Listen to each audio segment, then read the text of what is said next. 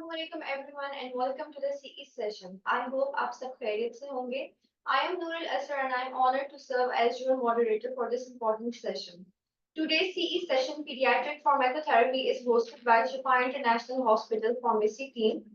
Throughout our session, we'll explore a diverse array of topics ranging from dosage considerations and safety profiles to emerging trends and innovative approaches in pediatric pharmacotherapy. Before we delve into our discussions, it is my privilege to introduce our esteemed speaker for today's session, Dr. Mohammed Gulzair, a distinguished expert in the field of pediatric pharmacotherapy. He serves as a pediatric clinical pharmacist and ASHP residency preceptor. And guys, I encourage you all to actively engage in the session, whether it's a perspective you want to share or a question you want to pose or anything. Please make this session interesting. Please join me in extending a warm welcome to Dr. Mohammed Gulzair. We are truly honored to have you with us today. Sir Gulzair.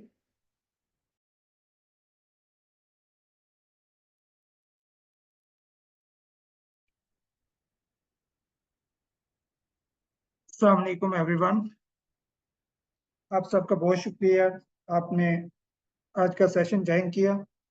आज के session में हम जो discuss करेंगे वो basically जो paediatric population की pharmacotherapy के अंदर आने वाले चैलेंज हैं कि क्या क्या चैलेंज होते हैं जब भी पेडियाट्रिक पॉपुलेशन को ट्रीट किया जाता है और फिर उनके लिए क्या क्या स्ट्रेटजीज होती हैं जो उनके चैलेंज को ओवरकम किया जा सकता है। तो स्टार्ट करते हैं अपना सेशन। बेसिकली सेशन में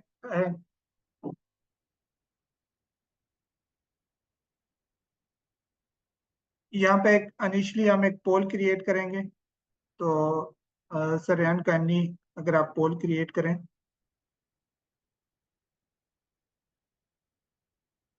क्वेश्चन है कि what are the some common challenge health care professional face when administering medication to paediatric population. तो ऑप्शन 1 है a small number of active substance with paediatric lessons, lack of clinical trial और both of them.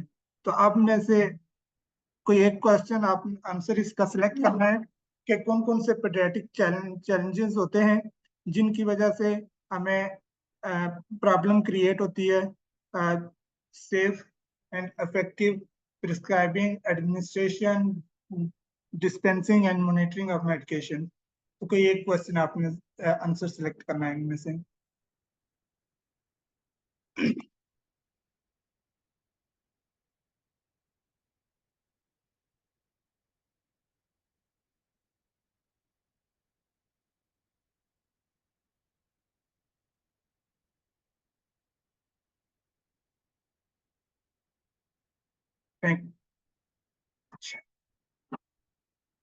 चले 9% वो थे जिनका option 1 था और जो ज्यादातर लोगों ने जो 59 लोगों ने जो आंसर किया वो बोथ ऑफ देम थे। तो correct answer is both of them.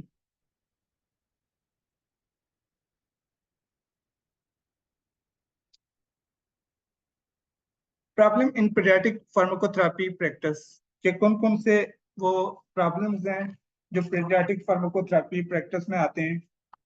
सबसे पहले आता है जी small number of active substance with the paediatric lessons.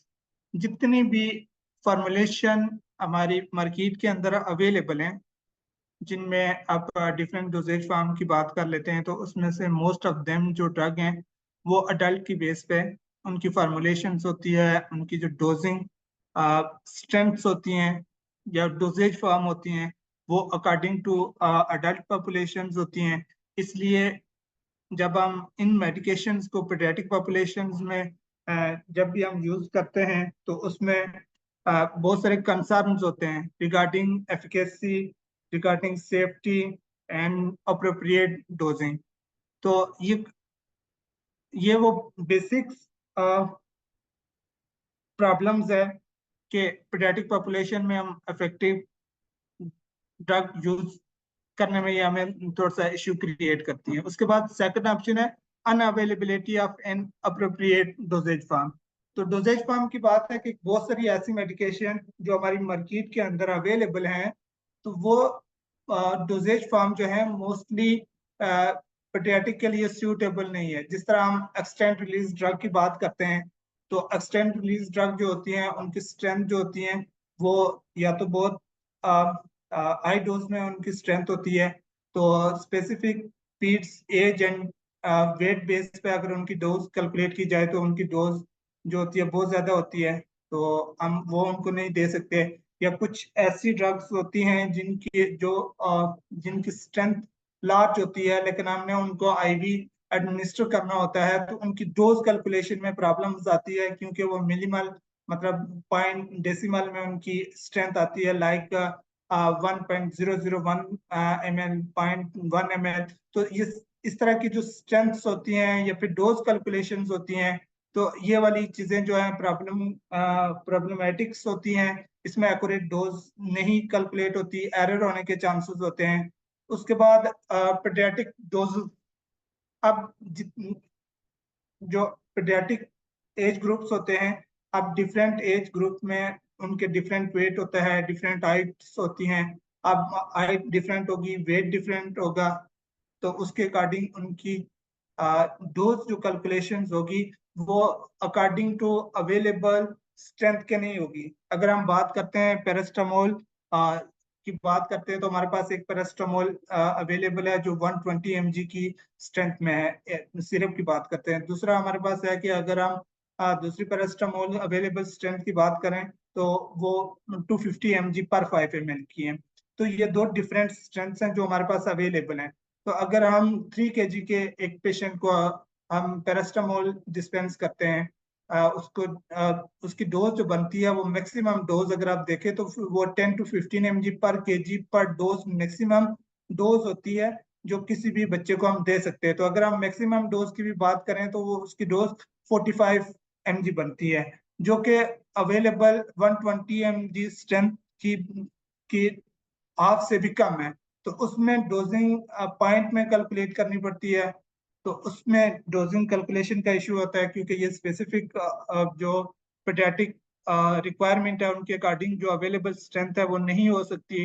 फिर उस के बाद बहुत सारी ऐसी प्रोडक्ट अवेलेबल होती हैं कि उनकी स्ट्रेंथ तो होती है लेकिन उसके साथ जो मयरिंग, जैसे आप मयरिंग सिरिंज कह सकते हैं, ड्रॉपर वगैरह कह सकते हैं, तो वो स्पेसिफिक नहीं होते हर एक ड्रग के साथ, तो जिसमें एरर के चांसेस होते हैं। उसके बाद रूट ऑफ एडमिनिस्ट्रेशन की बात करें तो रूट ऑफ एडमिनिस्ट्रेशन भी एक बिग चैलेंज होता है पीडियाट्रिक पॉपुलेशन में। अगर हम आईवी की बात करें तो आईवी के अंदर बहुत सारी ऐसी चीजें होती हैं कि एक तो उनको स्पेसिफिक केयर चाहिए होती है, पेशेंट को हॉस्पिटल में एडमिट होना चाहिए। उसके अलावा अगर वो पेशेंट एम्बुलेटरी केयर सेटिंग में होता है तो उनमें आईवी एडमिनिस्ट्रेशन और उसकी मॉनिटरिंग के जो कॉम्प्लिकेशंस होती हैं, जैसे जैसे एक्स्ट्रा विजिशंस वगैरह हो जाती हैं, प्रॉपर उनकी डाइल्यूशंस होती है, ड्यूरेशन ऑफ इन्फ्यूजन होता है।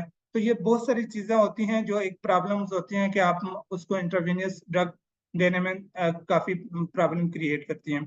दूसरी अगर हम इंट्रामस्कुलर की बात करें तो इंट्रामस्कुलर में इशू ये होता है कि एक अप्रोप्रिएट अवेलेबल जो सिरिंज होते हैं, उनकी जो नीडल्स होती हैं, उनके प्रॉब्लम्स होते हैं कि बच्चों में जो मास मसल मास होते हैं वो बहुत कम होते हैं। तो इस वजह से ये इंट्रामस्कुलर ड्रग एडमिनिस्ट्रेशन का इशू होता है। अगर ओरल की बात करें तो ओरल के अंदर कुछ चीजें ना ड्रग स्पेसिफिकेशंस होती हैं। लेट्स सपोज अगर हम उसके टेस्ट की बात करें या फिर उसकी अगर हम बात करें डोजेज फॉर्म की, तो अगर हम कोई कैप्सूल छोटे बच्चे को या फिर कोई टैबलेट वगैरह हम छोटे बच्चे को देते हैं तो वो पॉसिबल नहीं है कि हम उनको एडमिनिस्टर कर सकते हैं। तो जब हम रूट की बात करते हैं तो ये वाले काफी कॉम्प्लिकेशंस आती हैं जिसकी वजह से जो स्पेसिफिक केयर या फिर आप पेशेंट स्पेसिफिक केयर जो रिक्वायर होती है वो हम पेशेंट को नहीं दे सकते हैं। उसके अलावा small number of clinical trial in paediatric population, जितनी भी क्लिनिकल स्टडीज होती हैं उनके अंदर कुछ रेगुलेटरी इश्यूज की वजह से या फिर कंसर्न की वजह से पीडियाट्रिक पॉपुलेशन उन क्लिनिकल ट्रायल के अंदर शामिल नहीं होते। जब वो शामिल नहीं होती तो आपको आपके पास वो डेटा नहीं होता जो डेटा आपको एक कॉन्फिडेंस दे कि इतनी डोज, इतनी फ्रीक्वेंसी, इतने ड्यूरेशन के लिए, डाइल्यूशन के लिए ये अगर हम पेशेंट को देंगे तो उससे हमें इफेक्टिव थेराप्यूटिक इफेक्ट मिलेगा। तो वो डेटा मोस्टली जो क्लिनिकल ट्रायल के अंदर जो डेटा अवेलेबल होता है वो अडल्ट पेशेंट का होता है as compare to the paediatric. Lack of safety data, definitely जो हमारे पास lack of safety data for excipient use in paediatric population. तो जब हम एक्सिपिएंट की बात करते हैं तो उसमें ना बहुत सारे एक्सिपिएंट होते हैं जिनकी हमारी कहीं पे भी इंफॉर्मेशन अवेलेबल नहीं होती, इवन लीफलेट के ऊपर नहीं होती, ड्रग का जो पैकिंग होती है उसके ऊपर कहीं पे भी लेबल नहीं होता कि उसके अंदर कौन कौन से एक्सिपिएंट ऐड किए गए हैं और उन एक्सिपिएंट की अमाउंट कितनी कितनी है, जिसमें बहुत सारे concern paediatric, specific paediatric population के रिलेटेड होते हैं। जिस तरह ग्लूटेन फ्री कुछ ड्रग चाहिए होती है कि ग्लूटेन फ्री चाहिए होती है पेशेंट को, लैक्टोज फ्री चाहिए होता है। तो ये वो सारी चीजें होती हैं कि आप जब ये इंफॉर्मेशन नहीं अवेलेबल होती तो उसमें डिसीजन लेना, लेट्स सपोज एक पेशेंट को आपने ग्लूटेन फ्री मेडिसिन देनी है, तो आप जब तक आपके पास वो डेटा अवेलेबल नहीं होता तो आप नहीं दे सकते। तो बहुत सारी ऐसी हमारे पास मेडिसिन अवेलेबल हैं जिनके ऊपर इस तरह की एक्सिपिएंट की इंफॉर्मेशन नहीं होती, जो कि उनके लिए चैलेंजिंग होती है। उसके अलावा जो अल्कोहल होता है, बहुत से अल्कोहल बेस्ड ड्रग होती हैं, उनकी अमाउंट नहीं लिखी होती कि आपके कितनी अमाउंट इसके अल्कोहल के अंदर, यानी कि एक स्पेसिफिक अगर डोज हम देते हैं तो उसमें कितनी इस बच्चे को अल्कोहल की कंसंट्रेशन जाएगी। उसके अलावा बहुत सारे कंसर्न जो होते हैं उसमें हम एक्सिपिएंट की लाइक बेंजाइल अल्कोहल, कि आप बेंजाइल अल्कोहल देते हैं तो उसकी वजह से छोटे बच्चे जो न्यूनेट होते हैं उनमें न्यूरोटॉक्सिसिटी और मेटाबॉलिक एसिडोसिस के चांसेस होते हैं। तो ये वाली जब तक हमें इंफॉर्मेशन नहीं होंगी तो डेफिनेटली ब्लाइंडली इन सारी चीजों को करना या फिर जो अफेक्ट होता है उसको इस चीज के साथ को रिलेट करना कि अगर पेशेंट को अगर न्यूरोटॉक्सिसिटी किसी न्यूनेट में होती है तो हम इस एक्सिपिएंट से होगी। तो जब ये इंफॉर्मेशन होगी तो ये इजीली होगा उनको ट्रीट करने के लिए। या फिर ऐसे भी हो सकता है कि बहुत सारी ड्रग ऐसी होती हैं जो बच्चों में रिकमेंडेड नहीं होती, तो अनइंटेंटली बच्चे घर में वो मेडिसिन ले लेते हैं तो उनकी टॉक्सिसिटी को या फिर जो भी ओवरडोज को और ट्रीट करने के लिए या उसकी मैनेजमेंट के लिए जब हमारे पास इस तरह की इंफॉर्मेशन नहीं होगी तो प्रॉब्लम होगी। जब ये वाली सारी इंफॉर्मेशन होगी तो ये इजी होगा कि वो जो भी हेल्थ केयर प्रोफेशनल उस पेशेंट को देख रहे हैं तो उसमें उनकी जो अटेंशन है या फिर उन जो कॉन्फिडेंस होता है वो कॉन्फिडेंस होता है कि हम इस पेशेंट को इस मेडिसिन से ट्रीट अगर करेंगे तो इसका जो एडवर्स इफेक्ट है, जो ओवरडोज हुई है, जो टॉक्सिसिटी हुई है, हम उसको रिवर्स कर सकते हैं। उसके बाद आता है जी age appropriate ideal pharmaceutical paediatric patient. तो जो भी फार्मास्यूटिकल्स हमारे पास ड्रग अवेलेबल हैं उनकी डोजेज फॉर्म हमारे पास अवेलेबल हैं। तो वो क्या क्या चीजें होंगी जिनके जो चीजें हों अगर, तो हम इजीली बच्चों को उनको जितनी भी आइडियल फार्मास्यूटिकल केयर होती है वो हम प्रोवाइड कर सकते हैं। इससे पहले हमने उनके प्रॉब्लम आइडेंटिफाई किए कि कौन कौन से प्रॉब्लम्स होते हैं। अब हम उनकी प्रॉब्लम की सोल्यूशन की अगर हम बात करें तो हम उनकी अगर बात करें तो सेफ एक्सिपिएंट की अगर बात करें तो बहुत सारे ऐसे एक्सिपिएंट होते हैं जो बच्चों में उन डिफरेंट साइड इफेक्ट क्रिएट करते हैं, उनकी वजह से टॉक्सिसिटी हो सकती है। बहुत सारी डिजीज होती हैं जिनके अंदर वो वाली ड्रग जो होती हैं कंट्रा इंडिकेटेड होती हैं। तो फिर उस सूरत में हमें उनकी इंफॉर्मेशन लीफलेट के ऊपर होना या ड्रग के ऊपर होना, कहीं ना कहीं उनकी इंफॉर्मेशन और उनकी सेफ्टी जो है, सेफ्टी प्रोफाइल डिफरेंट यूनिट के अंदर, इन्फेंट के अंदर, टोडलर के अंदर, एडोलेसेंट के अंदर कहाँ कहाँ के सेफ्टी, अगर वो डेटा अवेलेबल हो तो वो इजी टू हैंडल भी होता है और उनकी जो साइड इफेक्ट होते हैं उसमें मॉनिटर कर सकते हैं। इसकी मैं एक एग्जांपल देता हूँ कि ये हमारे पास कुछ एक्सिपिएंट है जो अगर हम नियोनेट में देते हैं तो उनकी वजह से ये साइड इफेक्ट हो सकते हैं। उसमें बेंजाइल अल्कोहल है, न्यूरोटॉक्सिसिटी काज करवा सकता है, मेटाबॉलिक एसिडोसिस काज करवा सकता है, एथेनॉल की वजह से न्यूरोटॉक्सिसिटी हो सकती है, कार्डियोवास्कुलर प्रॉब्लम्स क्रिएट हो सकते हैं, प्रोपाइलिन ग्लाइकोल की वजह से सीजर, हाइपर ऑस्मोलैरिटी हो सकती है, न्यूरोटॉक्सिसिटी हो सकती है, और पॉलीसर्बेट 20 एंड 80 जो होते हैं ये लिवर और किडनी फेलियर क्रिएट, इनकी वजह से लिवर और किडनी फेलियर होता है। एक्सेसिबिलिटी ऑफ द प्रोडक्ट, अब प्रोडक्ट का अवेलेबल होना मार्केट के अंदर, लेकिन फैमिली के लिए या फिर हेल्थ केयर प्रोफेशनल के लिए वो एक्सेसिबल नहीं है।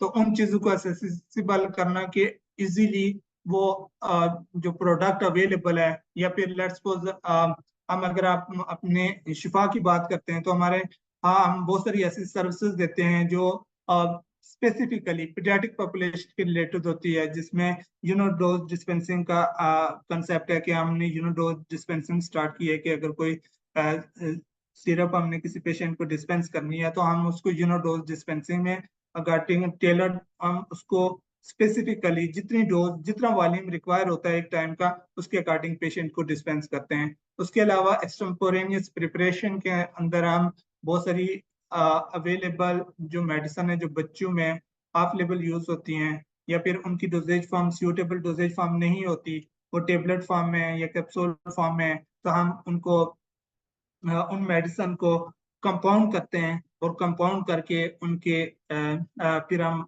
वो अपने पेशेंट को देते हैं, ताकि उनके जितने भी एरर हो सकते हैं, डोज कैलकुलेशन एडमिनिस्ट्रेशन के एरर हो सकते हैं, हम उनको कम से कम किया जा सके।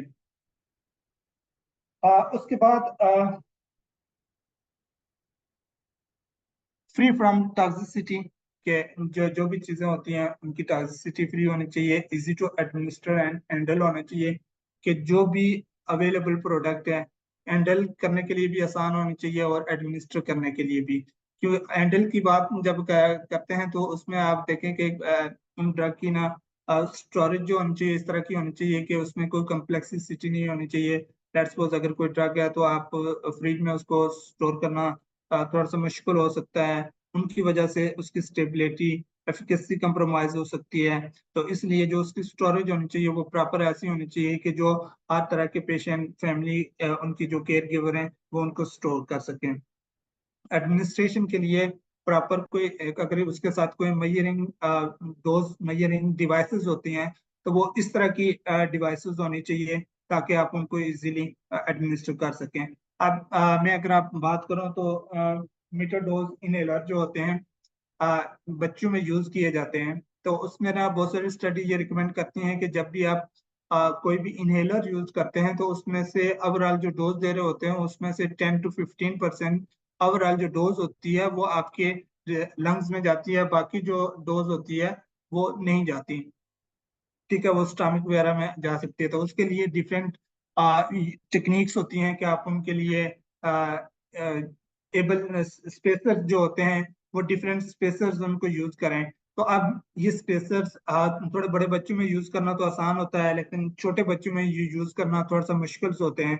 तो इस तरह की जो प्रॉब्लम्स होती हैं डिफिकल्टीज होती हैं वो चैलेंजेस होते हैं ये फैमिली के लिए भी और हेल्थ केयर प्रोफेशनल के लिए भी काफी चैलेंजिंग होते हैं कि कैसे हम पेशेंट की कंप्लायंस को बेहतर करें। देखें जब भी आप कोई डिजीज ट्रीट कर रहे होते हैं तो उसके अंदर कंप्लायंस जो होती है मैटर करती है। बच्चों में जो मोस्टली केसेस होते हैं उनमें अगर हम सीजर की बात करें तो जब भी बच्चों को सीजर्स होते हैं ना तो एक डोज मिस होने की वजह से बच्चों में वो दोबारा सीजर होते हैं। वो समटाइम वो सीजर उनके लिए फेटल्स भी हो सकते हैं कि अगर हमने डोज मिस की।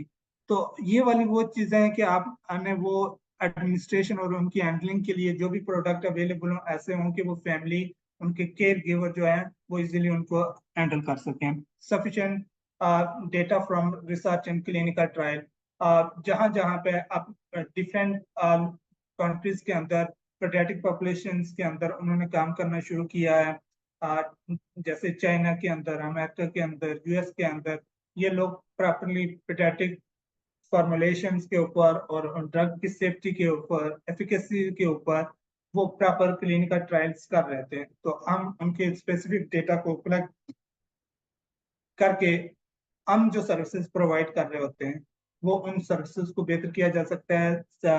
डिफरेंट गाइडलाइन प्रोटोकॉल्स डेवलप करने ताकि हमें कोई इस तरह की मेडिसिन जो ऑफ लेबल यूज है या उन जिनका डेटा हमारे पास कहीं पे भी अवेलेबल नहीं है, कोई किसी ड्रग रेफरेंस के अंदर नहीं है, यूज कर सकते हैं। तो जब भी वो कंडीशन जिसमें हमारे पास कोई और ऑप्शन नहीं है, तो फिर हम ऑफ लेबल के तौर पे वो चीजें यूज कर सकें।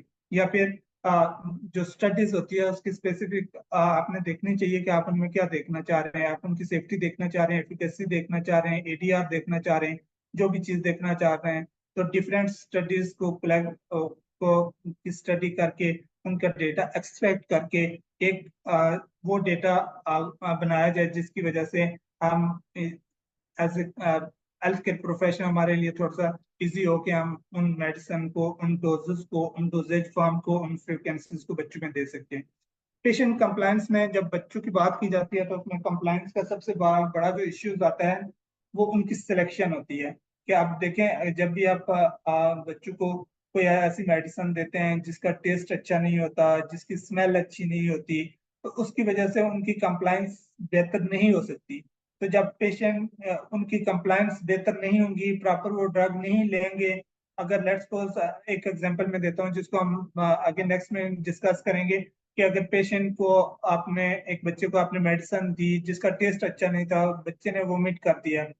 ठीक है, वोमिट कब किया? 10-15 मिनट के बाद कर दिया, 20 मिनट के बाद कर दिया। अब हम कैसे उसको डिसाइड कर सकते हैं कि जो उसने वोमिट किया उसके अंदर कितनी अमाउंट ऑफ ड्रग जो होती है वो वापस आई है, हमने इसको दोबारा से रीडोज करना है या क्या करना है? तो ये एक चैलेंजिंग कंडीशन होती है जिसमें हम डेफिनेटली कोई इस चीज को हम मुहैया नहीं कर सकता।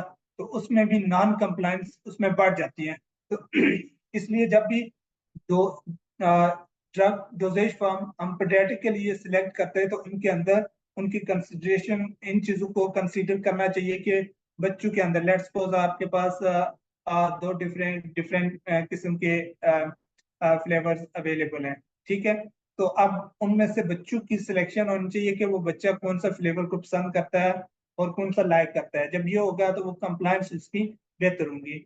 और उसके बाद स्टेबिलिटी, जो भी ड्रग आप लेते हैं उनकी स्टेबिलिटी होनी चाहिए। लेट्स सपोज हमारे पास कुछ ड्राई सस्पेंशन पाउडर होते हैं, उनमें कुछ की स्टेबिलिटी जो होती है वो 7 डेज की होती है, कुछ की 10 डेज, कुछ की 14 डेज की होती है। इस तरह कुछ सिरप्स होते हैं, उनको ओपन करने के बाद, या इंजेक्शन होते हैं, डोजेज फॉर्म होती है, उनको ओपन करने के बाद उनकी स्टेबिलिटी किसी की 24 आवर की होती है, किसी की स्टेबिलिटी नहीं होती, किसी की 7 डेज होती है। तो ये डिपेंड करता है कि उसकी कितनी स्टेबिलिटी है, कितनी यानी है, उसका कॉस्ट पे भी इम्पैक्ट पड़ता है। ठीक है, स्टेबिलिटी का फिर एफिकेसी के ऊपर भी इम्पैक्ट पड़ता है। तो जब भी हम सिलेक्शन ऑफ ड्रग करें, तो उस सिलेक्शन ऑफ ड्रग के अंदर वो ड्रग होनी चाहिए जिनकी स्टेबिलिटी अच्छी हो और उसकी गुड लेबलिंग इंफॉर्मेशन, कि आपने लेबल के अंदर क्या क्या इंफॉर्मेशन देनी है। जैसे हम अपने शिफा इंटरनेशनल हॉस्पिटल की बात करें, तो इसके अंदर फार्मासिस्ट डिपार्टमेंट जो पेडियाट्रिक को सर्विसेज प्रोवाइड कर रहा है, उसके अंदर जो हम लेबल फार्मेसी मेडिसिन लेबल करके भेजती है, उसके उसमें वो तमाम इंफॉर्मेशन अवेलेबल होती हैं जो कि इजी टू एडमिनिस्टर मॉनिटरिंग के लिए रिक्वायर होती हैं। लेट्स सपोज हम बात करें तो उसके हम डोज लिखते हैं, सिरप अगर डिस्पेंस होती है तो सिरप की हम डोज उसके ऊपर मेंशन करते हैं कि इसकी डोज कितनी है, डोज के साथ के कौन सा अवेलेबल स्ट्रेंथ थी हमारे पास और इसका वॉल्यूम कितना बनता है, वो वॉल्यूम भी उसके ऊपर मेंशन होता है। उसके ऊपर उसकी फ्रीक्वेंसी मेंशन होती है कि उसकी फ्रीक्वेंसी कितनी है। उसके साथ उसकी स्टोरेज का मेंशन होता है कि आप इसको स्टोर कहाँ पे कर सकते हैं, फ्रिज में कर सकते हैं, रूम टेम्परेचर में कर सकते हैं, या कैसे कर सकते हैं।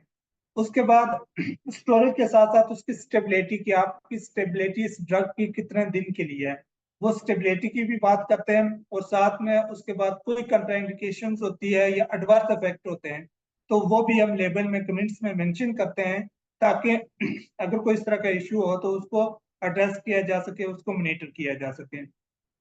उसके बाद गुड एफिकेसी, ऐसी ड्रग लेट्स सपोज हमारे पास कैप्सूल और टेबलेट्स ऐसी भी अवेलेबल होती हैं जो हम बच्चों में नहीं दे सकते। फिर हमें उनकी ना कंपाउंडिंग करनी पड़ती है। जब आप कंपाउंडिंग करते हैं तो उन ड्रग को आप क्रश करते हैं या फिर उसको डिजॉल्व करते हैं, तो आपके पास उसकी एफिकेसी कंप्रोमाइज होती है। एफिकेसी कंप्रोमाइज होती है कि आपने लेट्स सपोज कुछ थी जिसको आपने डेक्सट्रोज में उसको मिक्स करना था, आपने नॉर्मल सलाइन में कर दिया, या स्टेराइल वाटर में करना था तो आपने किसी और चीज में कर दिया। तो वो फिर स्पेसिफिक चीजें वो वाली ड्रग करें जिनकी आफ्टर कंपाउंडिंग उनकी स्टेबिलिटी या आफ्टर ओपनिंग उसकी स्टेबिलिटी अच्छी हो। ठीक है। उसके अलावा गुड पैलेटेबिलिटी एंड पोर्टेबिलिटी, कि आपकी जो ड्रग्स हैं वो उनका टेस्ट जो होती है, उनकी जो स्मेल होती है वो अच्छी होनी चाहिए। नेक्स्ट स्टेप है जी एडमिनिस्ट्रिंग चैलेंज, कि जब भी हम ड्रग पेशेंट को देते हैं तो उसके अंदर हमें क्या क्या चीजें, क्या क्या प्रॉब्लम फेस करनी पड़ती हैं। उसमें दो डिफरेंट तरह की प्रॉब्लम्स होती हैं। एक तो प्रॉब्लम होती है ना पेशेंट रिलेटेड, कि पेशेंट की क्या, बच्चों के क्या प्रॉब्लम है कि बच्चे वो ड्रग क्यों नहीं ले रहे। और दूसरे प्रॉब्लम्स ड्रग रिलेटेड होते हैं, कि जो हम स्पेसिफिक ड्रग है उनके क्या क्या प्रॉब्लम है। तो वो हम वन बाय वन डिस्कस करेंगे। तो इसमें ना स्वेलिंग प्रॉब्लम की अगर हम बात करें तो बहुत सारी ऐसी ड्रग्स, जैसे हम कैप्सूल की बात करते हैं, एक छोटी मिनी टेबलेट होती है, जिनके टेबलेट के भी डिफरेंट साइज होते हैं। तो जो टेबलेट साइज में लार्ज होती हैं तो उनको स्वेल करना बच्चों के लिए काफी कॉम्प्लिकेटेड होता है, कि इजी टू स्वेल नहीं होती। स्प्लिट आउट के जो भी किसी ड्रग का अगर टेस्ट अच्छा नहीं है, उसका स्मेल अच्छी नहीं है, तो बच्चे उसको स्प्लिट आउट कर देते हैं, वोमिटिंग हो जाती है। एज स्पेसिफिक, अब डेफिनेटली बच्चों में ना डिफरेंट एज, जैसे न्यूनेट होती हैं, 1 साल से 1.5 साल के बच्चे होते हैं, फिर उनकी क्लिनिकल कंडीशंस होती है, कोई डिजीज स्पेसिफिक डिजीज के साथ होते हैं। तो हर एक डिफरेंट एज ग्रुप के साथ डिफरेंट डोजेज फॉर्म जो है वो बच्चे उनको ले सकते हैं। तो हमें उनकी डोजेज फॉर्म को, उनकी एज को कंसीडर करते हुए, उनकी वेट को कंसीडर करते हुए, और फिर उनकी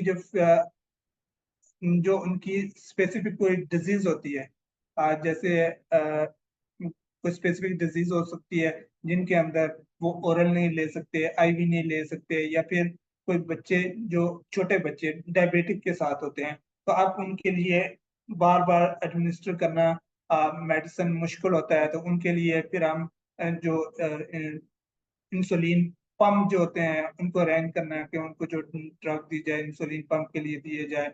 उसके बाद नेसोगेस्ट्रिन ट्यूबिंग का इश्यूज होता है, कि इंफॉर्मेशन अवेलेबल नहीं होती कि कौन कौन सी ड्रग जो है वो नेसोगेस्ट्रिक के थ्रू दी जा सकती है या नहीं दी जा सकती। तो इसमें भी हमारे यहाँ हमने जितने भी हमारे पास फॉर्मुलरी में ड्रग्स हैं, उनके अंदर हमने हर एक ड्रग की ना नेसोगेस्ट्रिक और नेसोजोजेनियम की जो भी स्पेसिफिकेशन है कि कौन सी ड्रग हम नेसोगेस्ट्रिक के थ्रू दे सकते हैं और कौन सी नहीं दे सकते। तो उन सब की ना हमारे पास वो लेबल के ऊपर इसकी भी इंफॉर्मेशन अवेलेबल होती है।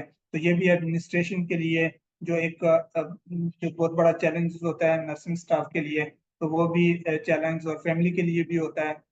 ठीक है। तो जब आप मेडिसिन होता है, ऐसा है कि वो मेडिसिन जो आप नेसोगेस्ट्रिक ट्यूब के थ्रू नहीं दे सकते, जब हम देते हैं तो आपकी एफिकेसी कंप्रोमाइज होती है। तो जब डेफिनेटली एफिकेसी कंप्रोमाइज होती है तो थेराप्यूटिक फेलियर की तरफ जाता है पेशेंट।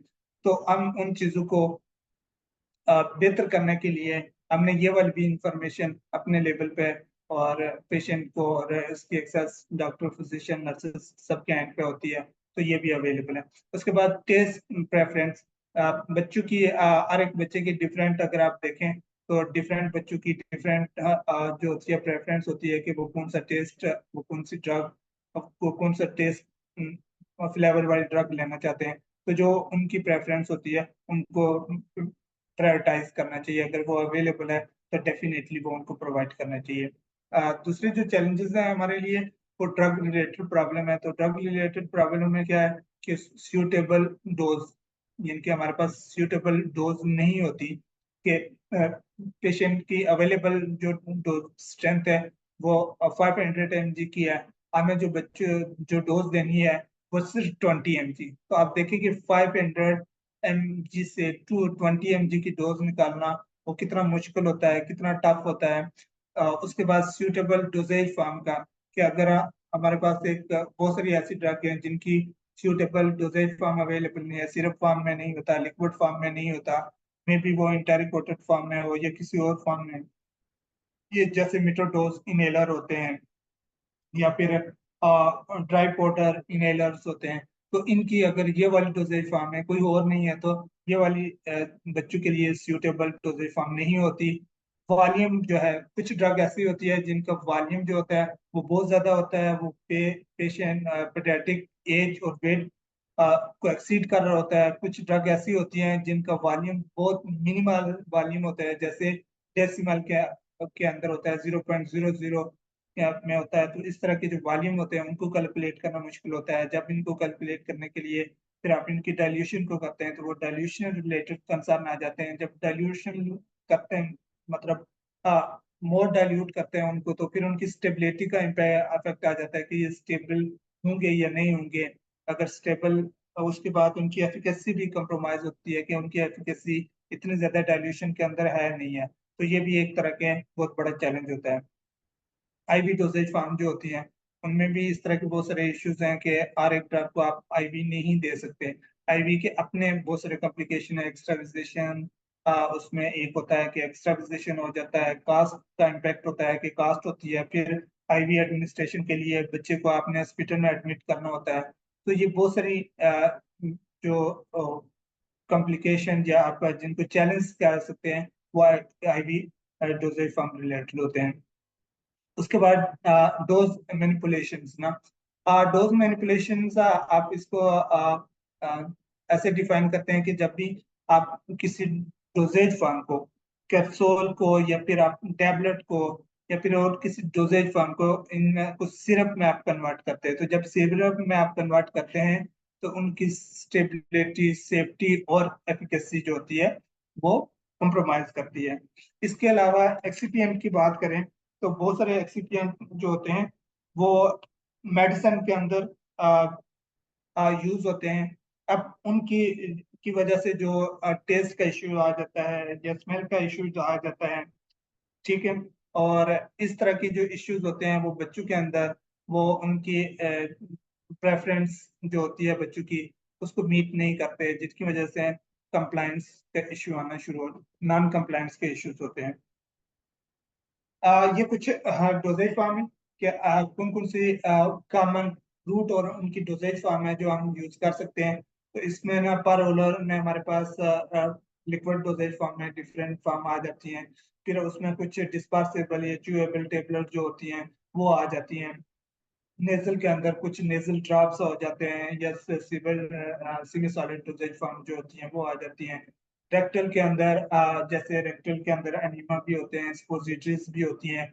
और रेक्टल डोजेज फॉर्म इसलिए जरूरी होती है, लेट्स सपोज अगर एक पेशेंट है वो उसको कंटिन्यू वो उसको स्टेटस एपिलेप्सी के साथ या इस तरह की चीजों के साथ है जो पेशेंट के लिए फैटल हो सकती है, तो अगर पेशेंट अगर घर में आए तो इनको इमरजेंसी जो इमीडिएट अगर कोई ट्रीटमेंट चाहिए होती है, तो उसमें ना आपके पास अगर सपोजिटरीज पर रेक्टल अगर कोई मेडिसिन अवेलेबल है तो वो मोर कन्वीनियंट रूट होता है एज कम्पेयर टू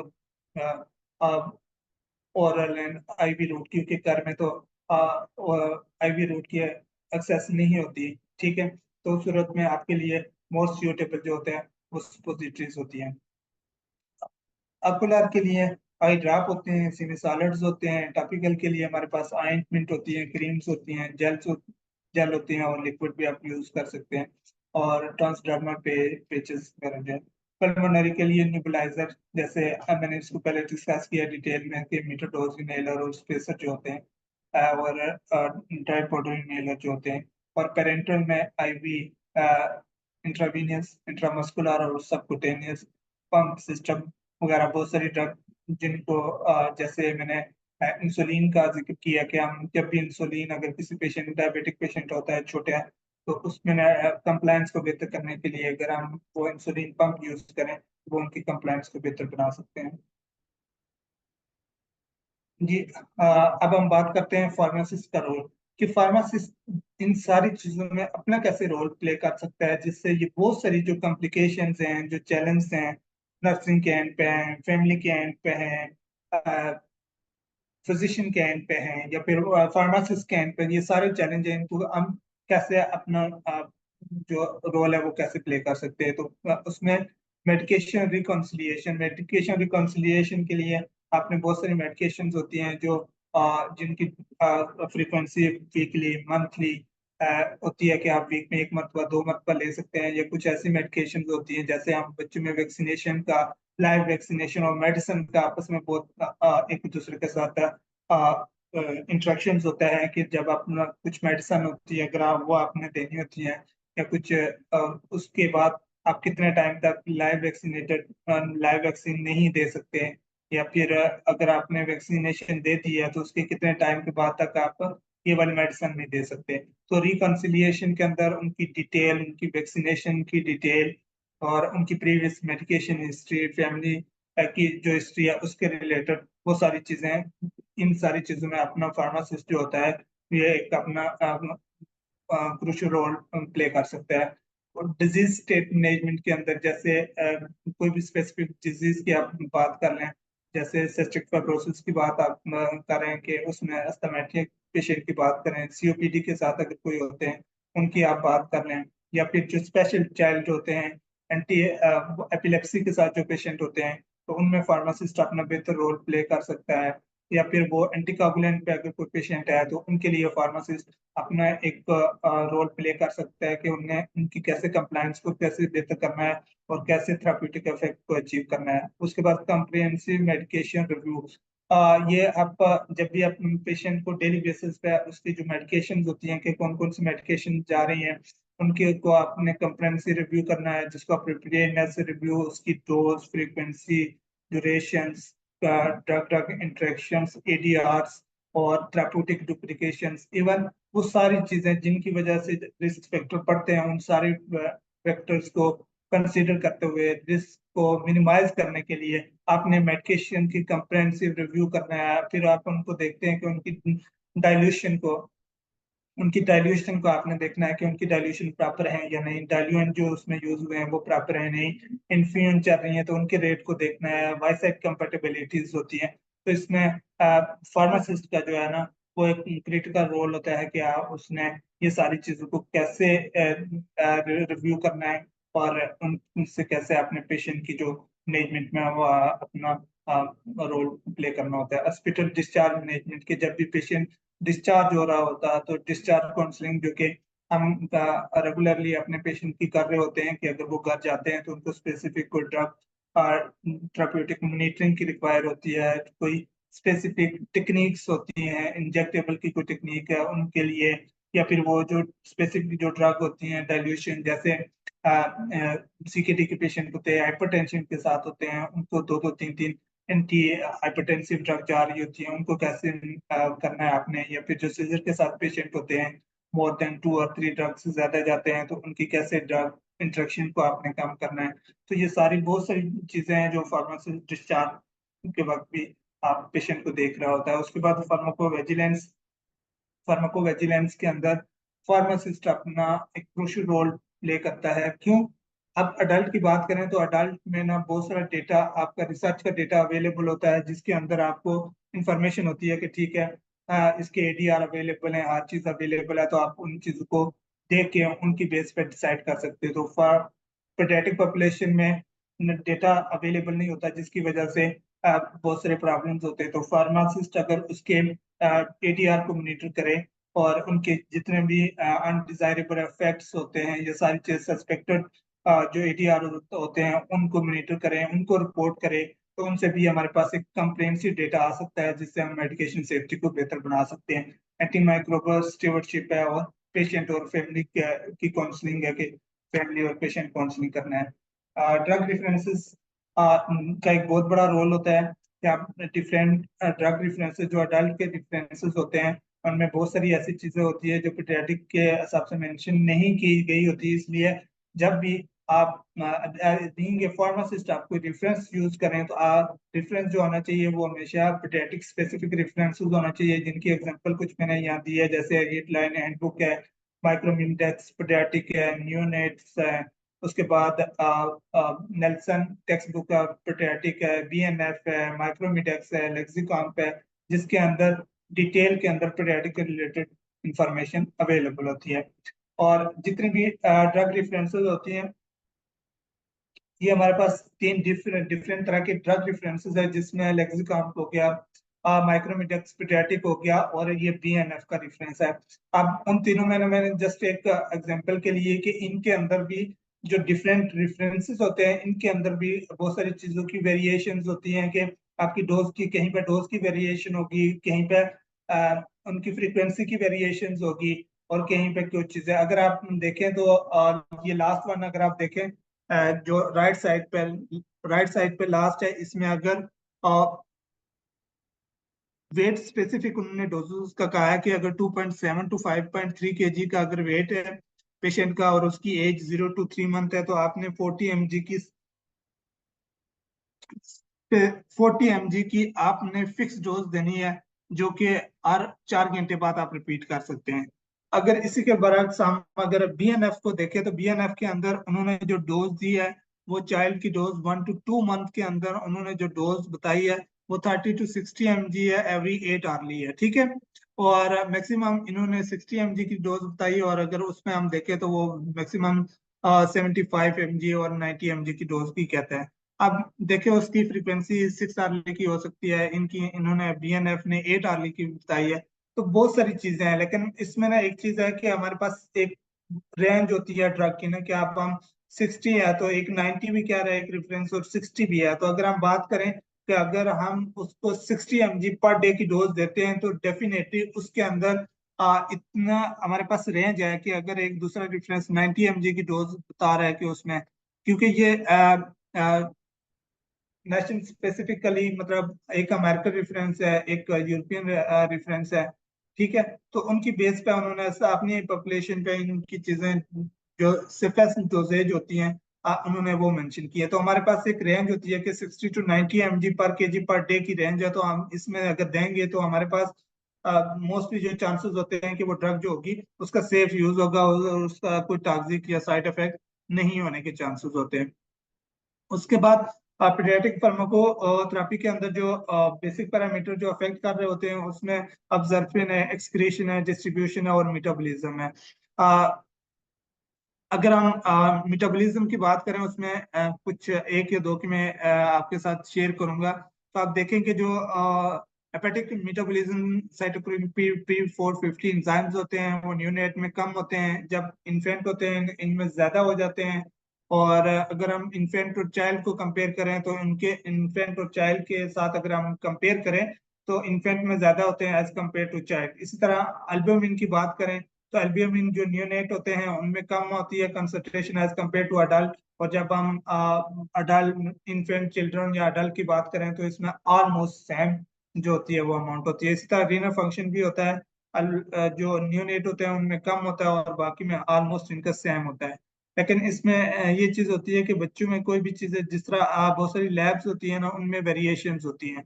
तो इसी तरह हम एक और एग्जांपल फार्माकोकाइनेटिक और फार्माकोडायनामिक को रिलेटेड है, कि अब देखें बहुत सारी ऐसी ड्रग होती हैं जो बच्चों में उनकी फ्रीक्वेंसी ज्यादा होती है या कम होती है, और अडल्ट में उनकी फ्रीक्वेंसी कभी ज्यादा होती है कभी कम होती है। तो लेट्स वो डिपेंड करता है कि उसकी हाफ लाइफ कितनी है। तो ये कुछ एग्जांपल्स हैं हमारे पास, जैसे फेंटोइन की मैं बात करूं, तो उसकी न्यूनेट के अंदर जो हाफ लाइफ है वो 30 to 60 आवर्स है, और इन्फेंट के अंदर 2 to 7 है, चिल्ड्रन के अंदर 2 to 20 आवर्स है, और अडल्ट के अंदर 20 to 30 आवर्स की हाफ लाइफ है। इसी तरह हम अगर बात करें थियोफाइलिन की, तो न्यूनेट के अंदर 24 to 34 आवर्स की है, इन्फेंट की 7 आवर्स की है, चिल्ड्रन की 3 आवर्स की है, और अडल्ट की 3 to 9 आवर्स की है। तो ये हाफ लाइफ जो होती है बेसिकली वो उनकी फ्रीक्वेंसी और जो होती है उस फ्रीक्वेंसी को डिसाइड करने में करती है, हेल्प करती है कि क्या क्या चीजें होते हैं, कौन कौन से एंजाइम्स इनके मेटाबॉलिज्म में होते हैं। तो ये चीजें जो होती हैं आपको हेल्प करती हैं कि आप इजीली आप इन चीजों की बेस पे आप डिसाइड कर सकते हैं कि इसकी फ्रीक्वेंसी कितनी है कितनी नहीं। यहाँ पे एक और पॉल हम क्रिएट करेंगे, जिसके अंदर हमने देखना है कि पीडियाट्रिक जो पेशेंट होते हैं उनकी जो स्पेसिफिक डोज कैलकुलेशन के लिए जो कंसंट्रेशन की जाती है वो क्या क्या चीजें होती हैं। तो सरयान अगर आप पोल क्रिएट करें।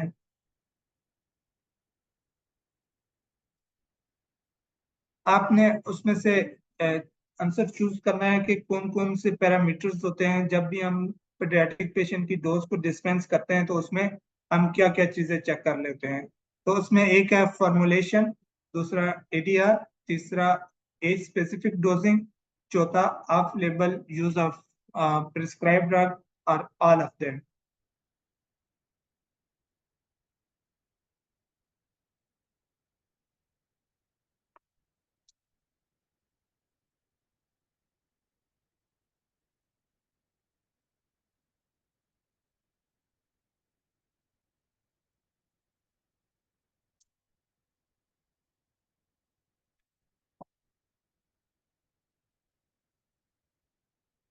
That's great. 80% लोगों का आंसर है कि जी ऑल ऑफ देम, तो definitely all of them is correct answer.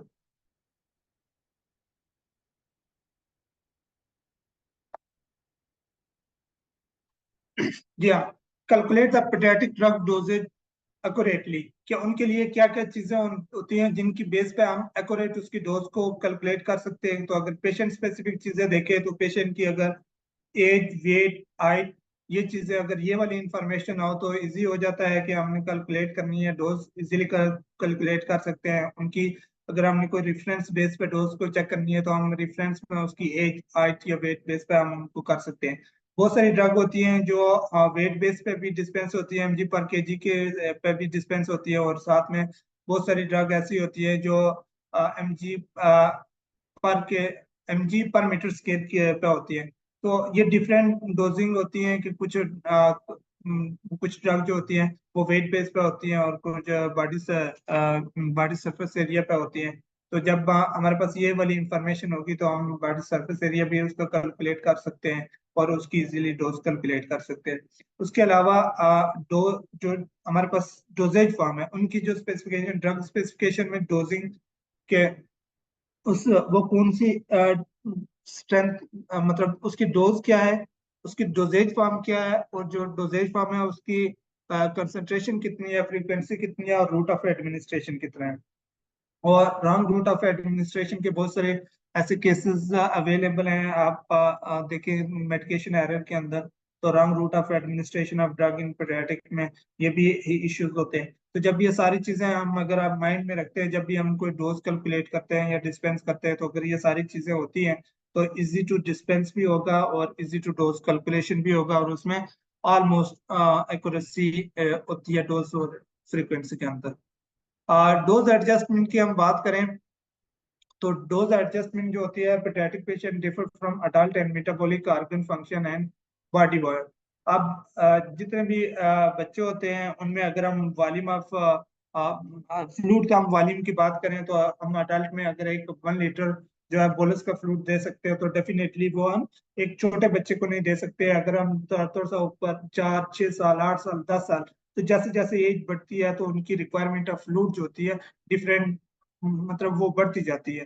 तो इसी तरह जो भी अडल्ट के लिए जो स्पेसिफिक चीजें जो होती हैं, वो पेडियाट्रिक के लिए स्पेसिफिक नहीं होती। Medication should be dose based on the weight और body surface area. Weight based dosing account for the variations in body size and metabolism among the children.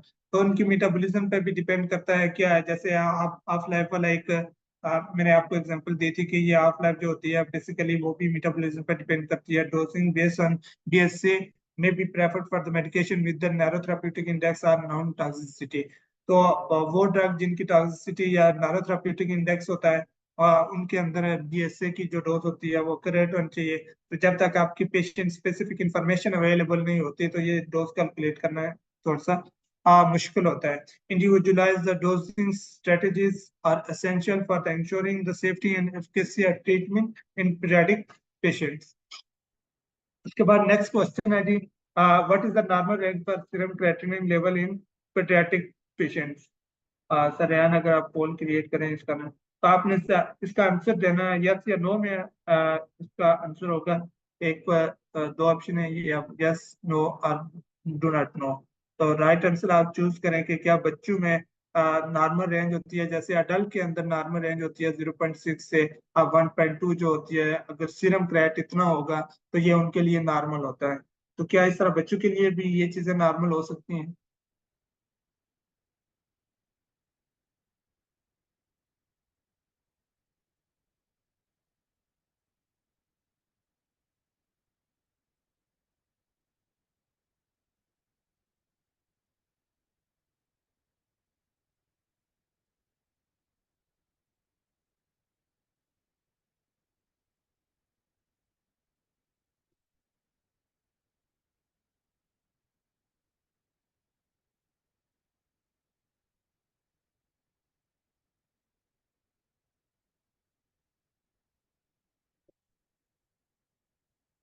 Exactly उसमें से मोस्टली लोगों ने जो कहा है कि डेफिनेटली यस, और कुछ जो 15% लोग ऐसे हैं जिन्होंने कहा डू नॉट नो। तो जो 38% जो लोग हैं उन्होंने कहा है कि प्रोबेबली नॉट। तो डेफिनेटली प्रोबेबली नॉट उनकी नॉर्मल रेंज नहीं होती। इनकी एग्जांपल मैं आपको देता हूँ कि ये हमारे पास 3 डिफरेंट पेशेंट है।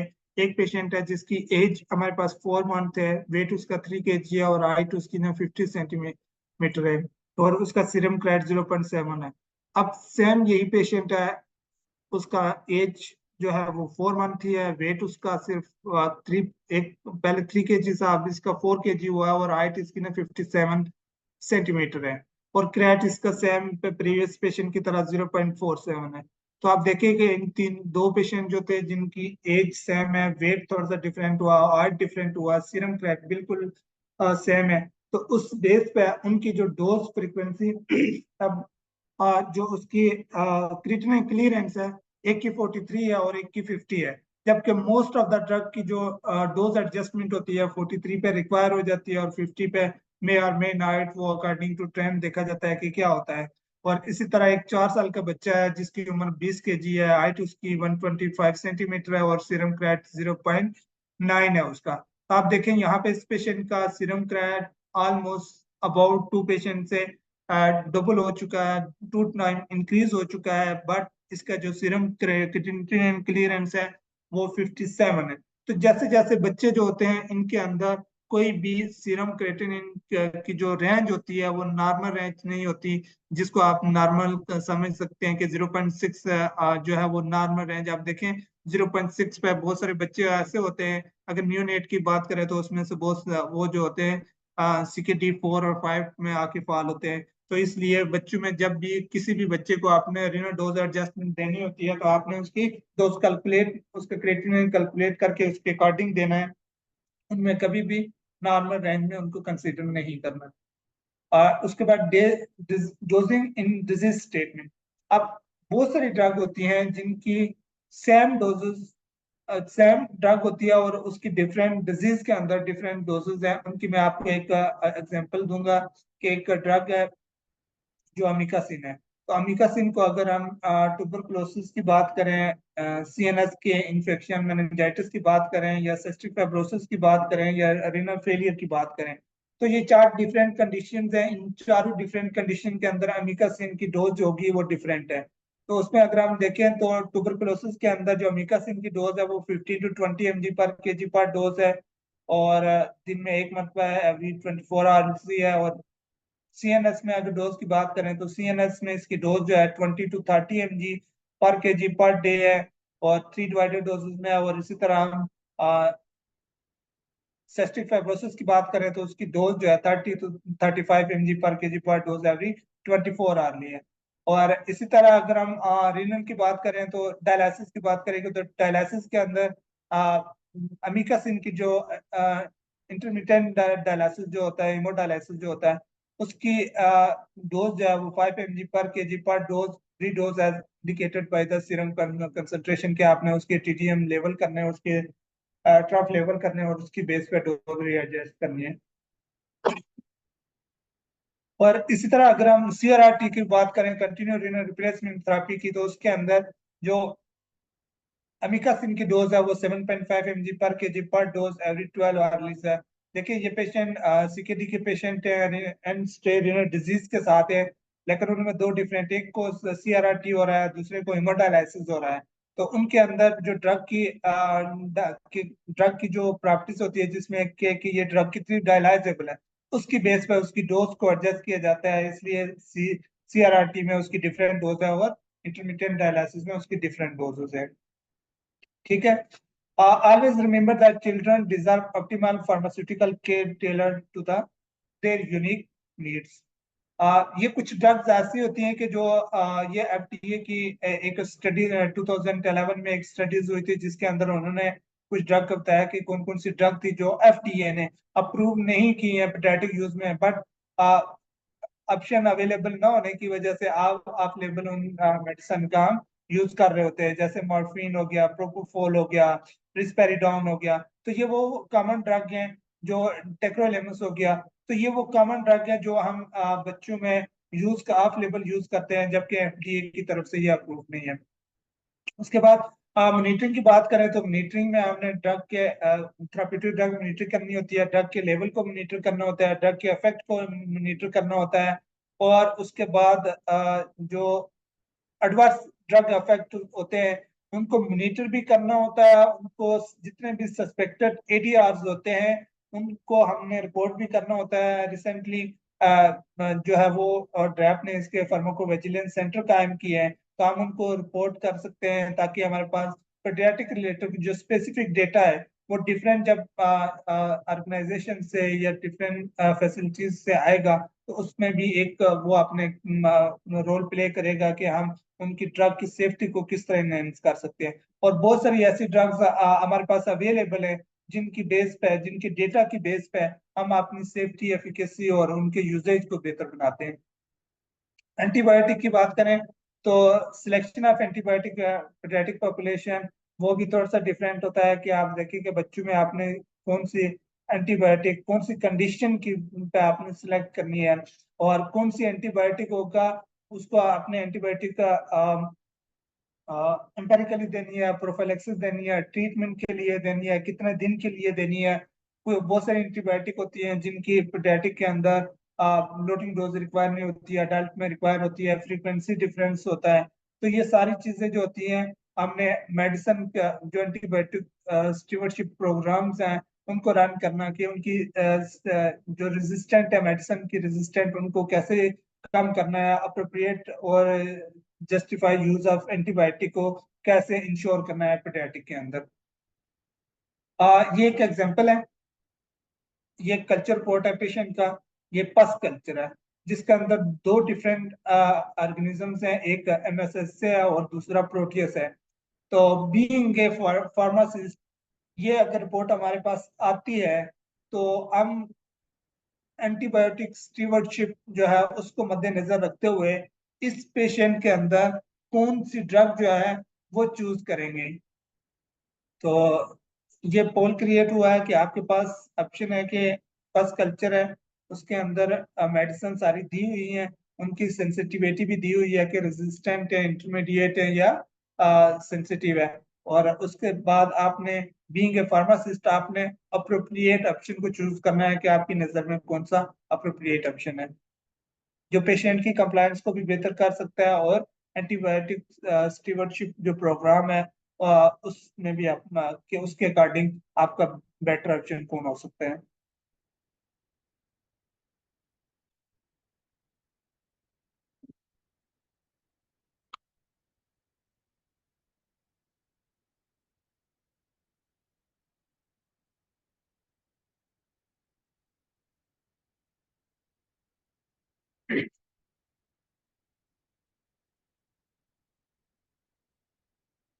Thank you so much.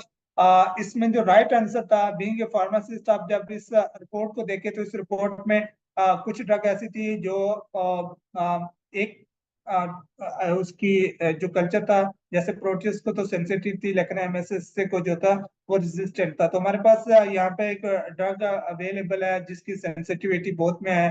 तो बीइंग ए फार्मासिस्ट हम वो सिलेक्ट करें कि जो एक दो ऑर्गेनिज्म के लिए सिंगल ड्रग जो होती है उनकी सेंसिटिविटी भी होती है। और उसमें हमारे पास जो ऑप्शन अवेलेबल है वो है अमोक्सिसिलिन एंड क्लेवुलेनिक एसिड।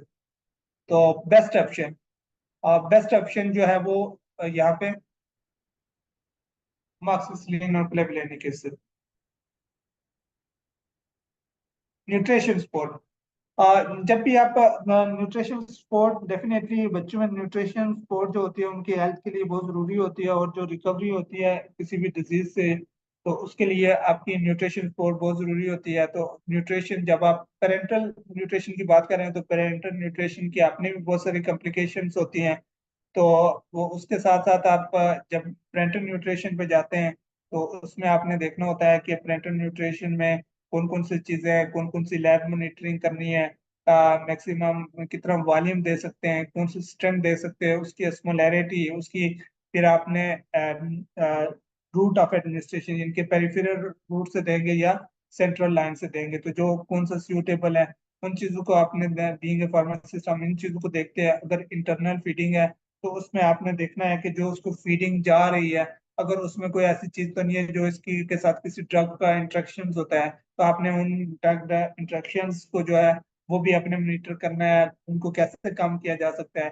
तो being a pharmacist nutrition support जो होती है ये भी एक फार्मासिस्ट के लिए बहुत एक इम्पोर्टेंट और क्रिटिकल पैरामीटर होता है जो पीडियाट्रिक फार्माकोथेरेपी में प्ले करके उनको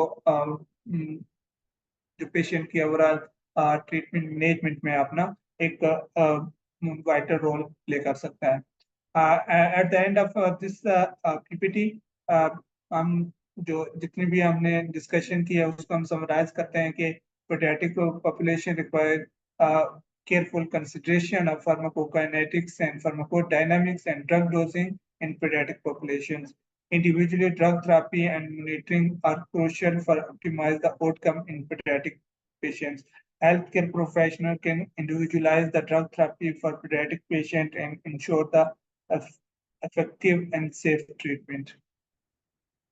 Thank you so much. If you have any question, you may ask.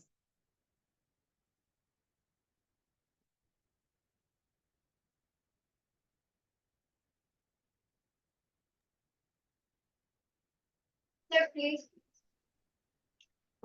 Thank you so much, sir, for giving a perfect explanation. Your efforts are commendable. Sir, participants कुछ questions करना चाहते हैं, आप please उनको देखें. Sir, एक participant का question है, kindly throw some light on the use of multiple dose vials in case of pediatrics, their use, stability, and how we can minimize the stability in case we don't have a sterile aseptic area for dilution. देखिए, जब भी आपके पास स्ट्राइल area नहीं होता तो आप उनकी dilution करते हैं तो उसमें चांसेस होते हैं, कंटामिनेशन के चांसेस होते हैं, ड्रग एसोसिएटेड उनकी जो सेफ्टी होती है उसकी एफिकेसी होती है वो कंप्रोमाइज होने के चांसेस होते हैं। अगर वो स्टेबिलिटी उसकी नहीं है तो डेफिनेटली हम उनको स्टेबल उन चीज़ों को हम स्टोर नहीं कर सकते। जब भी यूज करेंगे तो यूज करने के बाद रिमेनिंग ड्रग को हमें डिस्कार्ड करना पड़ता है। तो अगर आपके पास किसी भी सेटिंग के अंदर जहाँ पे पेडियाट्रिक पॉपुलेशन है और या फिर जहाँ पे आप इस चीज को देखते हैं कि वहाँ पे आपके पास स्ट्राइल एरिया होना चाहिए कि आप उनको पेडियाट्रिक बच्चों की जो सर्विसेज है उनको बेहतर, जैसे न्यूट्रिशन सपोर्ट के अंदर टीपीएन आपको मार्केट में अवेलेबल नहीं होता, तो अगर आपके पास ट्रायल एरिया है तो आप न्यूट्रिशन सपोर्ट भी उनको दे सकते हैं और जो टेलर डोजिंग होती है पेशेंट की वो भी आप एक स्पेसिफिक डोजिंग बच्चों को बना के उनको डिस्पेंस कर सकते हैं। रिसेंटली हम अपनी सेटिंग में इन पे काम कर रहे हैं कि हम जितने भी बच्चों को जितनी भी हमारी डोज है एंटीबायोटिक वगैरह है वो डाइल्यूटेड होके जाए ताकि डाइल्यूशन के इश्यूज ना हो। और दूसरा ये है कि एक मेडिसिन जिसका लार्ज डोजेस होती हैं, लाइक मेरोपिनम की बात करें तो वो 1 ग्राम की होती है, एक बच्चे की डोज 100 mg की है, तो वो काफ़ी एक्सपेंसिव भी होती है और उसकी एक डोज स्टेबिलिटी जो होती है 24 आवर तक, up to 24 hour according to manufacturer होती है। तो हम उसको कर सकते हैं कि हम डोज स्पेसिफिक डोज के अकॉर्डिंग हम उनको जितनी रिक्वायर्ड डोज है वो बना के दें, तो उसमें भी कॉस्ट इफेक्टिवनेस का भी एक पैरामीटर आ सकता है। Thank you so much, sir. Sir, एक और question है कि is there any website source to get a pediatric drug dose or maximum dose? जी बिल्कुल, जो मैक्सिमम डोज और पीडियाट्रिक के अंदर जितनी भी डोज होती हैं बेसिकली आपके पास जो टर्शियरी के रेफरेंसेस को बुक या फिर हमारे पास drug references up to date हो गया, माइक्रोमिडेक्स हो गया, एएसएचपी की गाइडलाइंस हो गई, या फिर किसी हॉस्पिटल के स्पेसिफिक हॉस्पिटल या टर्शियरी केयर वो जहाँ पे उनके प्रोटोकॉल डेवलप होते हैं तो हम उन चीज़ों को यूज कर सकते हैं। आई सजेस्ट के दो डिफरेंट चीजें होती हैं कि देखें, जैसे हम अपनी स्पेशलिटीज की बात करते हैं तो हमारे पास डॉक्टर्स जो होते हैं वो उनकी स्पेशलिटीज उनमें, जैसे आप एक जनरल फिजिशियन है, फिर उसके बाद कार्डियोलॉजिस्ट है, नेफ्रोलॉजिस्ट है, एंडोक्रिनोलॉजिस्ट है, तो आप देखें कि अगर किडनी रिलेटेड इश्यू होगा तो उसको बेहतर तरीके से एड्रेस नेफ्रोलॉजिस्ट करेगा, ना कि मेडिकल स्पेशलिस्ट करेगा। तो डेफिनेटली अगर आप नेफ्रोलॉजिस्ट उस पेशेंट को देखेगा तो उसकी बेहतर मैनेजमेंट होगी। तो इसी तरह जब भी आप बच्चों के लिए डोज यूज करते हैं तो उसके लिए पेडियाट्रिक स्पेसिफिक रेफरेंसेस और जो पेडियाट्रिक स्पेसिफिक हॉस्पिटल जो होते हैं या फिर उनको अगर हम उनके रेफरेंसेस यूज करें तो वो मोर जो सूटेबल भी होते हैं और उनमें चांसेस होते हैं कि उनके अंदर जितनी भी इंफॉर्मेशन दी गई होती है वो ज्यादा से ज्यादा पेशेंट पे उन्होंने वो स्टडीज की होती है, तो हमें वो वाली यूज करनी चाहिए। अगर कोई आर्टिकल भी जो होते हैं डिफरेंट आर्टिकल आप उनसे चीजों ले सकते हैं, उनसे डोजेस वगैरह कर सकते हैं, लेकिन डोजेस के लिए बीइंग ए फार्मासिस्ट मैं ये रिकमेंड करूंगा कि आप जो भी रेफरेंसेस गाइडलाइंस होती है आप उनको यूज करें। तो बच्चों के लिए जैसे मैंने आपको एरियट लाइन का कहा, नेल्सन की बुक है हमारे पास अवेलेबल होती है, उसको यूज कर सकते हैं। उसके अलावा माइक्रोमिडस पेडियाट्रिक है, माइक्रोमिडस न्यूनेटल है, और उसके अलावा अप टू डेट है, हम उसको यूज कर सकते हैं। तो ये वो ड्रग रेफरेंसेस है जिनके ऊपर ऑथेंटिक रेफरेंसेस हैं, जिनके ऊपर बच्चों की मिनिमम और मैक्सिमम डोज दी हुई होती है। Thank you, sir. Sir, actually we are short on time. It's already 3:13 और questions बहुत ज्यादा हैं. एक और एक participant question पूछा है कि how to manage paracetamol overdose. Usually due to lack of awareness and lack of pharmacists in the community, most parents give paracetamol to their infants by using TSP instead of using dropper. Basically paracetamol की जब overdose हो जाती है तो mostly recommended होता है कि आपने उनको एक्टिवेटेड चारकोल देना है। एक्टिवेटेड चारकोल नहीं है तो बहुत सारी आजकल जो अपडेटेड गाइडलाइंस होती हैं उनके अंदर यह है कि एक्टिवेटेड चारकोल के अपने एप्लीकेशन है, तो इसकी वजह से वो इनिशियली नहीं यूज करते। तो अगर है तो एन एसिटाइलसिस्टीन अगर आपकी आईवी अवेलेबल है तो आप उसको आईवी यूज करें। अगर आईवी अवेलेबल नहीं है तो फिर आप उसको ओरल यूज कर सकते हो। बेहतर यही है कि आपने टाइम देखना होता है कि कितना टाइम हो गया है पेशेंट को पैरास्टामोल लिए हुए, और तो अगर उसमें 6 to 8 आवर्स हो जाते हैं तो उसमें आप अगर आप पैरास्टामोल के लेवल चेक कर लेते हो और एलएफटी को मॉनिटर कर सकते हैं तो आपके लिए वो बेहतर हो सकता है कि जो मैनेजमेंट में कि आप पेशेंट की ये डोज टॉक्सिक डोज है या नहीं है। उसके बाद एक किसी ने क्वेश्चन पूछा हुआ कि dilution reference book for the paediatric. तो जो इंजेक्टेबल पीडियाट्रिक की एक बुक है जो आई थिंक आपको नेट से कहीं से मिल जाएगी, तो वो टीटी बेर इंजेक्टेबल फॉर पीडियाट्रिक की एक बुक है।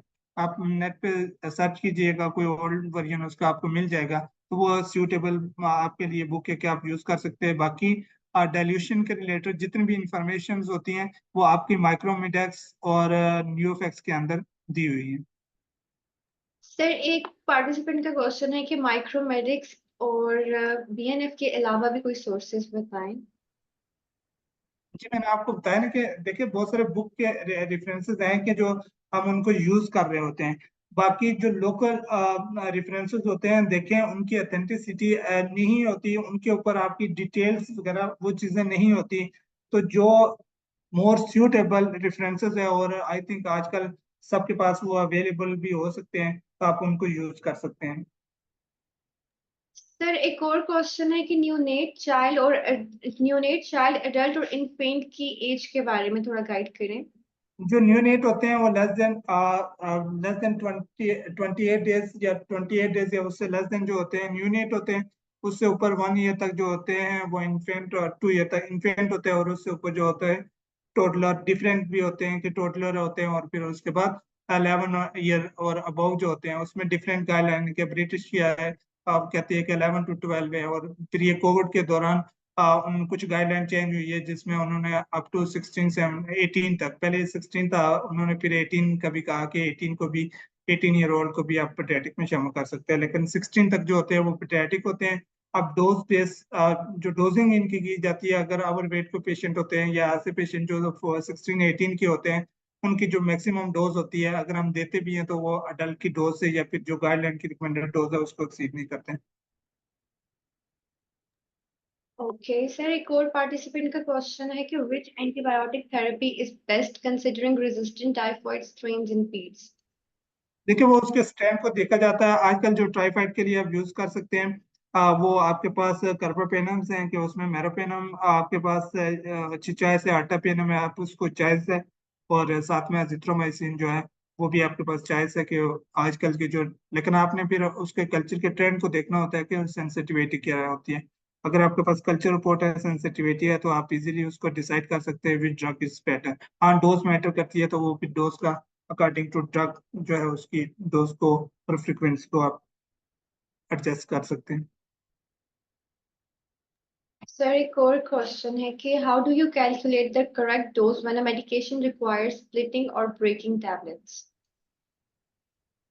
बेसिकली जो टेबलेट होती है उसको, अगर कुछ ऐसी टेबलेट होती हैं जिनकी स्टेबिलिटी वगैरह नहीं होती, और जब भी एडमिनिस्टर करना होता है तो उसको क्रश करना होता है, तो उसमें हम कोशिश यही करते हैं कि उसका फाइन पाउडर, जब भी वो क्रश करें उसको फाइन पाउडर किया जाए। फाइन पाउडर के बाद उसको एक 5 to 10 ml जितना वॉल्यूम आपके पास है कि आप उसको डिजॉल्व करें, जो प्रॉपर ड्रग डिजॉल्व हो जाए, सोल्यूशन नजर आए, आपको पार्टिकल उसमें नजर ना आए कि जो भी आपने ड्रग को डिजॉल्व किया है उसका पार्टिकल नजर नहीं आ रहा।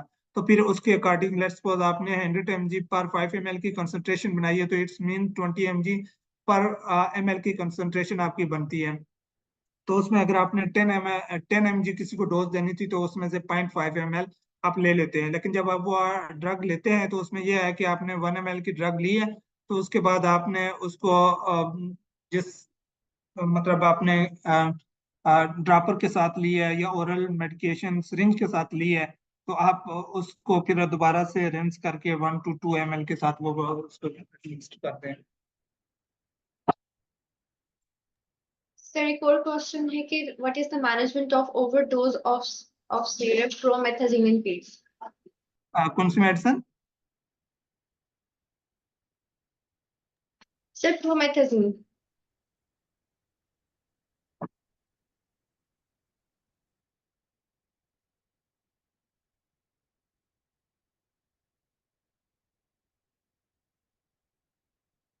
सॉरी, मुझे आपकी समझ नहीं आ रही कि कौन सी मेडिसिन की ओवरडोज की बात की है उन्होंने। Sir, promethazine. बेसिकली एग्जैक्ट इसका जो भी मैनेजमेंट है वो मैं आपके साथ मेल में शेयर कर दूंगा। तो इसके अलावा कोई क्वेश्चन है तो आप मुझे शेयर करते हैं, वो मैं आपको मेल के साथ उसमें शेयर कर दूंगा। Sir, thank you so much. Already हम अपने टाइम से एक्सीड कर गए हैं और it was a great session and thank you, and I would like to thank all the participants for contributing to an engaging and insightful webinar. Thank you so much. Thank you Allah so Hafiz. Much.